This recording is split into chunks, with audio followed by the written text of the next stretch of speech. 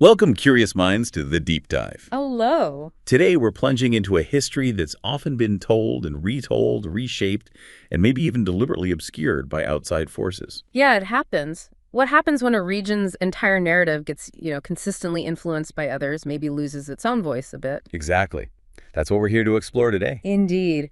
We're embarking on an extraordinary and, often fiercely contested deep dive into the history and identity of Bosnia and its people. And we're working from this fascinating stack of articles, research, notes that you, our listener, provided. Right. Our mission is pretty clear. Sift through these diverse sources. We've got ancient texts, genetic studies, historical accounts, even some really poignant personal testimonies. That's right. Our goal is to uncover surprising facts, maybe challenge some common assumptions, and help you gain a more complete understanding of this vibrant and, wow, incredibly resilient land. Absolutely. We'll look at the deep roots of Bosnian identity, periods of huge transformation, and yes, the shadow of conflict that's really shaped its modern reality. And critically, we're drawing directly from the rich material you've shared with us. Nothing added. Okay, so let's begin at the very beginning. The sources talk about the deep roots of this land and its people. Okay, let's unpack this. So the sources kick off with a really compelling idea that the Bojani, or Bosnians, are presented as direct descendants of the ancient Illyrians. Right, the original inhabitants, basically, of the Central Balkans, areas we now know as Bosnia, Herzegovina, Dalmatia, Sanjak. So this suggests a continuous, deep historical connection to the land itself. Exactly. And going even further back, the material highlights the Butmir culture, near Sarajevo. Okay. We're talking 5200 to 3200 BCE. It's presented as one of Europe's oldest documented civilizations, known for amazing pottery, advanced settlements. Wow, that far back. So a really deep human presence, sophisticated early society. So if these people were so deeply rooted, how did they, interact with the massive empires that came knocking? Like the Romans. Ah, yes, the Romans.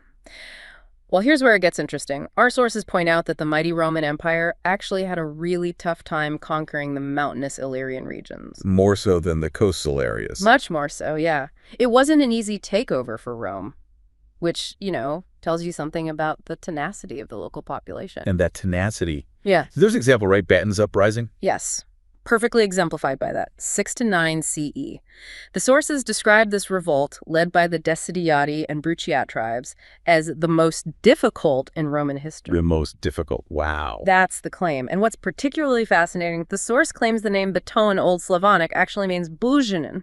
No way. Yeah. Suggesting a very early connection, then, to the Bosnian people and that resistance. That's the implication presented, yes. A deep, early link. And talk about influence. This is a surprising fact from your sources. 26 Roman emperors. Yeah, 26. From Trajan Decius all the way to Julius Nepos, noted as being of Illyrian origin. And they rose to the top just through skill. Purely through their skills, yeah.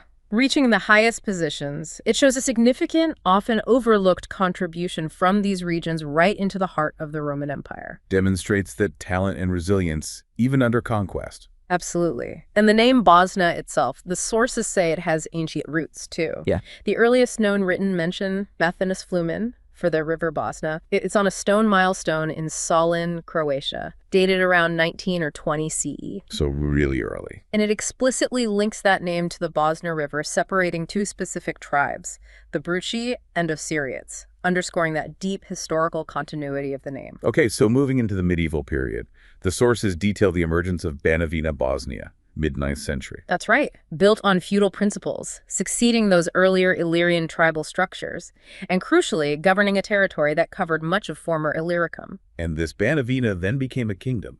Exactly. It transitioned into the Kingdom of Bosnia under Ban Frixko Forest, crowned king, mid-14th century. And he ruled quite a large area. Oh yeah, his rule was extensive. The sources note his territory included big chunks of present-day Montenegro and Dalmatia, a powerful, expanding medieval state. Now this part is fascinating and seems quite important for understanding identity. Chivitko's dual title, King of Bosnia, Serbia, and lower regions. Yes, and this is key. The sources clarify his charters talk about land of Bosnia and Serbian land as distinct lordships, Vladarstva. Okay, so the implication is he ruled separate territories, not one single unified ethnicity. Precisely. That's the argument presented. It directly challenges any idea of a single ethnic origin for his whole domain back then. Which really adds complexity. Absolutely. And adding further to Bosnia's distinct identity was the Bosnian Church. Right, this comes up a lot. Described as unique. Very unique. The sources call it an Arian Gothic faith, clearly separate from Roman Catholicism and Orthodox Christianity. And it lasted a long time. It endured right up until the Ottoman conquest, despite persecution from Catholic and Hungarian forces. It highlights how deeply rooted and fiercely independent this faith was, shaping a unique cultural identity. The material even makes a distinction. Christiani versus Christiani? It does, suggesting Christiani were followers of what the sources term the original monotheistic teachings of Jesus, Okay. while Christiani represented the later Christian divisions. So the implication, as presented, is the Bosnian Church embodied this original faith. Setting it apart from its neighbors. Interesting. And there's also this surprising link explored to Western European colorism. Really? How so? Well, the sources mention a Cathar leader reportedly visiting Bosnia, and papal letters labeling Bosnians as heretics or new Manichaeans. So seen as outside the mainstream by Rome. Definitely. Its leader, the Did, was even explicitly called an anti-pope by the Pope. It underscores the unique and often embattled position of the Bosnian Church. Okay, let's talk about early writing. The Humačka Ploča. Yes, 10th or 11th century. Highlighted as the oldest known written monument in Bosnia, one of the oldest in the Balkans. And the script, Bosaneka. Hugely significant, used for official documents like the Powalski Prague, Poljski Statute, religious texts, even the epitaphs on the famous Stechi tombstones. So a developed literary tradition using its own script. Absolutely. And the Bosnian language itself, your sources show, it has a rich documented history. Like diplomats speaking it. Exactly. Dubrovnik diplomats speaking Bosnian to the Ottoman Sultan in the 17th century. And we learn about Muhammad Havai Uskufi's 1631 Bosnian Turkish dictionary. Groundbreaking work. And even praise from others. Yeah. Isidora Seklic, a Serbian writer, paid tribute to what she called the collective art and pure genius of the Bosnian language, noting its deep roots and, quote, resistance to distortion. Speaks volumes about its distinct character. Okay, so moving forward in time, Bosnia finds itself at this crossroads of empires, shifts, standoffs. The Ottoman Empire starts its incursion around 1430. Eventually, the Kingdom of Bosnia falls in 1463 with the fall of Bobovac. But then there's this really brutal event later, Sarajevo in 1697. Yeah, devastating. Prince Eugene of Savoy. The sources describe him brutally destroying and burning the city. Wiping out its golden age. Effectively, yes. Erasing much of its historical character. His own diary entry is chilling, mentions, the city caught fire and taking much women and children, including Orthodox and Jewish people, not just Muslims. A catastrophic loss. Just awful. Yet the sources also highlight Bosnian military strengths at times. They do, remarkably. Pointing to Bosnian participation in the Battle of Nikopolje, 1396, fighting on the Turkish-Serbian side against European crusaders. And there's a provocative claim in there. Yeah, the material claims so-called Orthodox fought for the Turks for 500 years. Quite a statement. And another battle, Belgrade. Yes, 1739. A force of 12,000 Bosnians served as the vanguard in liberating Belgrade from Austrian forces, a victory that stabilized the Ottoman-Habsburg border for 150 years. Oh, 150 years. That's a significant impact. Huge military impact, yes. And then we get figures like Husin Kapitan Gradašević in the 19th century, the Dragon of Bosnia. That's him. Led a movement for Bosnian autonomy within the Ottoman Empire. The sources really emphasize his reputation for wise rule, for tolerance. Building schools for Christians, mosques for Muslims. Exactly. And his powerful quote, as stated in the material, "They are my brothers by blood, language, and history." A testament to his inclusive vision. There's another prominent figure mentioned, Mehmed Pasha Sokolović, Grand Vizier. Yes, presented as being of Bosnian origin. And the sources are very direct here, saying claims of Serbian or Greek lineage for him are, quote, propaganda and mythology. So highlighting a contested historical narrative right there. Definitely. And speaking of populations and movements, Yeah. the Vlachs. Right. The Ottomans settled them in Bosnia, Krajina, Dalmatia. From the 16th, 17th centuries, yes. Initially used as martelos, that unique Ottoman military police corps, often local Christians or converts, paid lower taxes. But their role changed. The material notes they later engaged in looting and banditry against Bosniaks and Catholics, so evolving from a specific military role to one associated with conflict later on. Okay, the narrative then shifts. Habsburg occupation, 1878. Yeah, and the sources reveal the Habsburg Empire had been trying to conquer Bosnia for nearly 2 centuries, finally succeeding at the Berlin Congress. Which was a huge geopolitical shift, Yeah. bringing Bosnia under European imperial control rather than Ottoman. A massive shift, and that Congress had other big consequences, like the division of Sanjak. Which was previously part of Bosnia. Considered part of it, yes. But it was split into Serbian and Montenegrin spheres of influence after the 1878 Congress, redrawing the map, fragmenting historical Bosnian territory. And there's a really striking detail about Hussein Bey Gradišević's wealth. Yes. When he sought refuge in Austrian territory in 1832, after his autonomy movement failed, They confiscated everything. a significant amount. Gold, silver, jewel-encrusted weapons, fine clothing. The sources state this vast collection remains in Austrian and Croatian collections today. Wow. A huge loss of historical artifacts and a reminder of that contested sovereignty. A very poignant one. Now, as we delve into these complexities of identity, appropriation, loss, the sources bring up genetics versus national identity. Okay, what's the take here? Well, genetic expert Marjanović, cited in the material, emphasizes that populations in Bosnia and Herzegovina and the whole Western Balkans are extremely diverse in human genetic wealth. So genetically very mixed, which raises that question.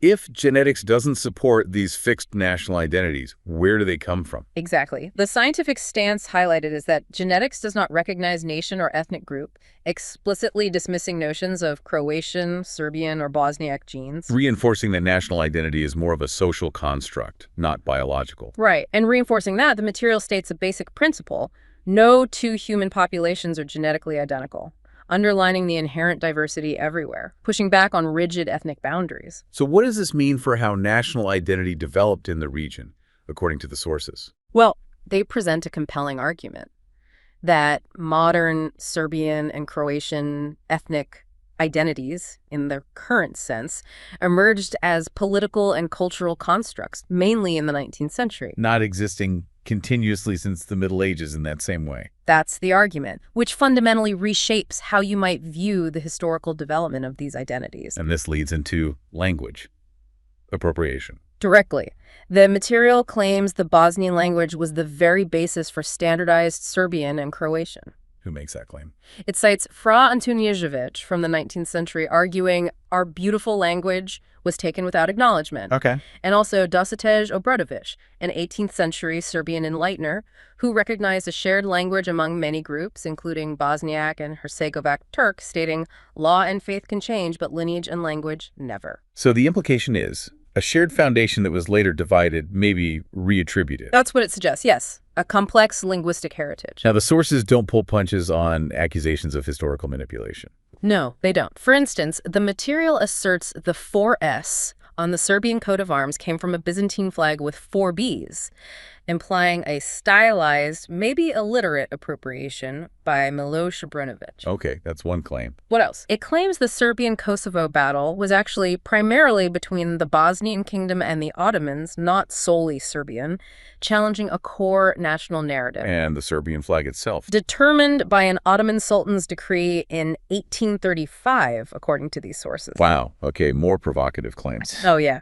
Marko Kraljević, the celebrated Serbian folk hero, presented here as actually being a Turkish vizier serving the Ottoman. Seriously. Okay, that's a big one. And maybe even more surprising, the Nemanjici dynasty, including Stefan Nemanja, the sources say they were originally Catholics. Catholics, not Orthodox. Originally, yes. Yeah. Describing Nemanja himself as a renegade Bosnian who later adopted Orthodoxy, fundamentally reinterpreting their religious origins. This is really challenging established narratives. Yeah. It is. The sources also delve into historical Latin texts, arguing Serbi was regularly translated as slave Servi and Serbia as slavery Servia. Implying what, according to this interpretation?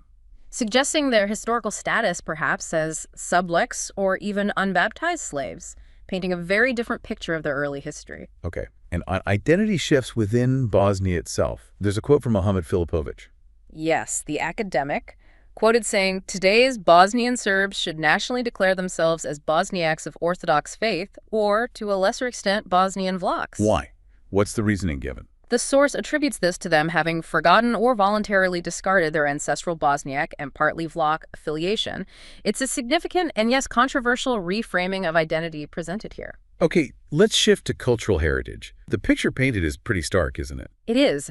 Bosnia and Herzegovina described as a country whose cultural heritage has been almost entirely plundered and destroyed. Countless artifacts just Yeah. gone, scattered. Scattered across Europe.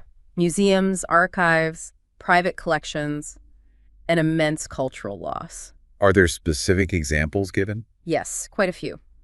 Hrvoje's missal in Istanbul, Trip Bucha's signet ring in Zagreb, Radosalic's signet ring in Belgrade, numerous Bosnian church gospels taken by a Russian consul, now in Russia. Shows how wide the dispersion was. It really does, and a particularly poignant example, Kulan Band's Charter, 189, often called the birth certificate of Bosnian statehood. Where is that now? It's currently in Russia, but the source asserts that legally, it's a document of the Dubrovnik archive. So that complicates things, makes it harder for Bosnia and Herzegovina to claim its return. Creates significant challenge, yes, despite its historical importance. And the destruction continues with the Stechi, those medieval tombstones. Incredible artifacts. But over half of the estimated 70,000 have been destroyed since 1878. Why? What's the suggested reason? The source suggests it was aimed at preventing the true history of Bosniaks, deliberately erasing physical historical markers. And the source even questions how they moved those massive stones back then, hinting at some hidden history. It does raise that question, yeah, suggesting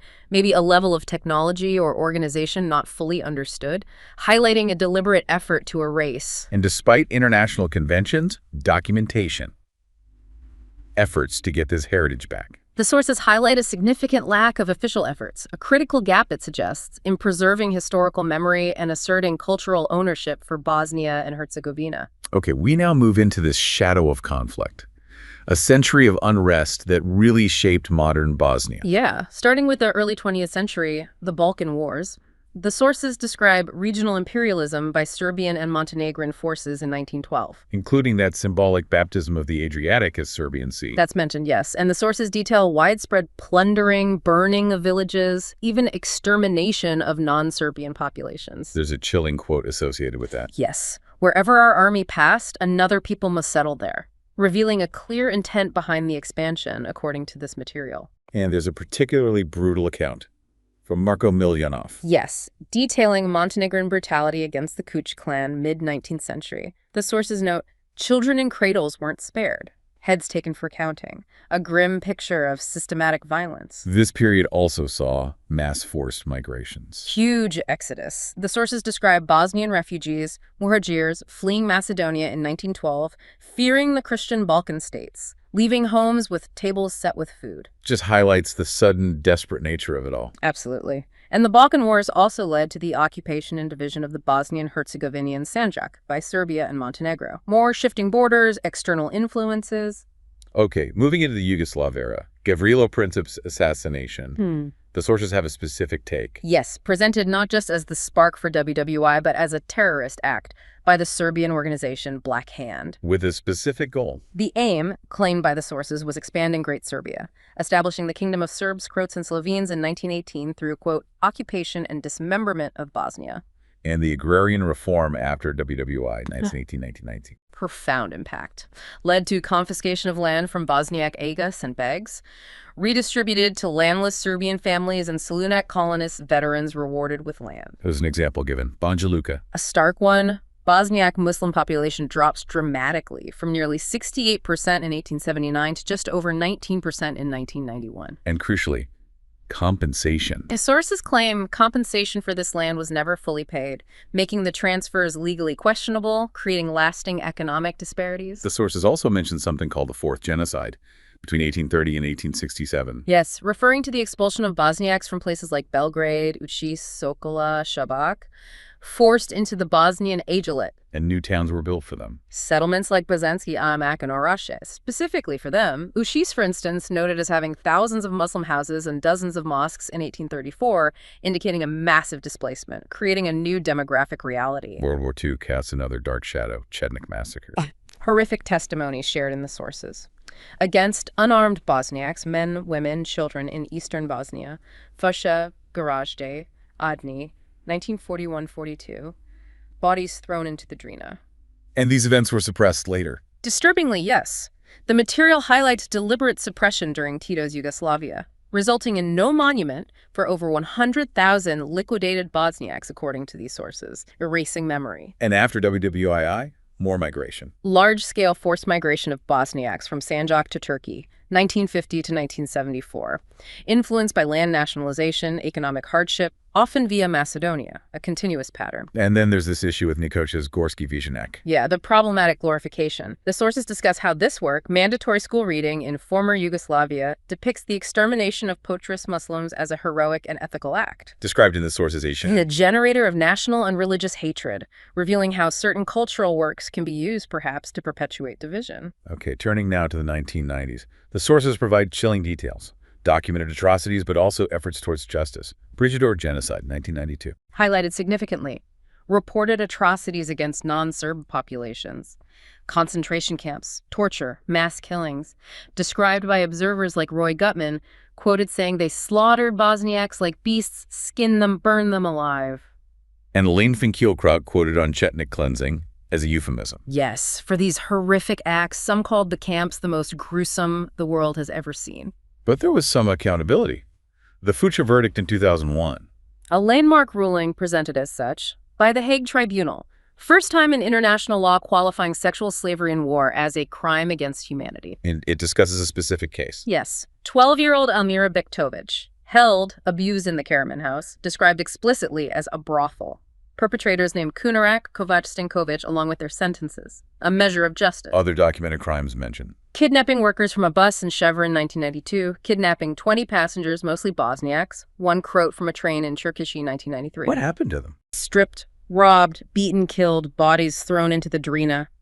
The sources mention subsequent court cases, convictions, underscoring a pattern of targeted violence. And finally, this detail about memorials being problematic. Yeah, a poignant point. The controversy around a plaque for Toma Buzov, a Croat JNA officer abducted in Utripchi for resisting the kidnappings. It commemorates his courage. Yeah, but it does so without explicitly mentioning the events that necessitated that courage, which, the source suggests, raises questions about how history is constructed, remembered, or maybe obscured. We've covered so much ground. A remarkable journey through millennia of Bosnian history.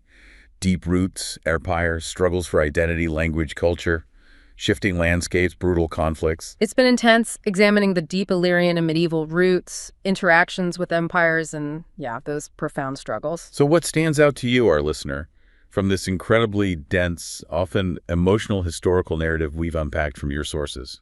It really underscores how crucial it is to engage with diverse sources, doesn't it? Especially when narratives are contested, maybe deliberately suppressed. It's a powerful reminder that history is rarely, if ever, a simple, singular story. So, given all this evidence presented in the sources, the destruction of cultural heritage, the reinterpretation of historical figures, the documented attempts to erase identities, how does understanding this past inform our responsibility today? A responsibility, perhaps, to demand accountability, ensure justice. And protect the authentic historical memory of all peoples for future generations.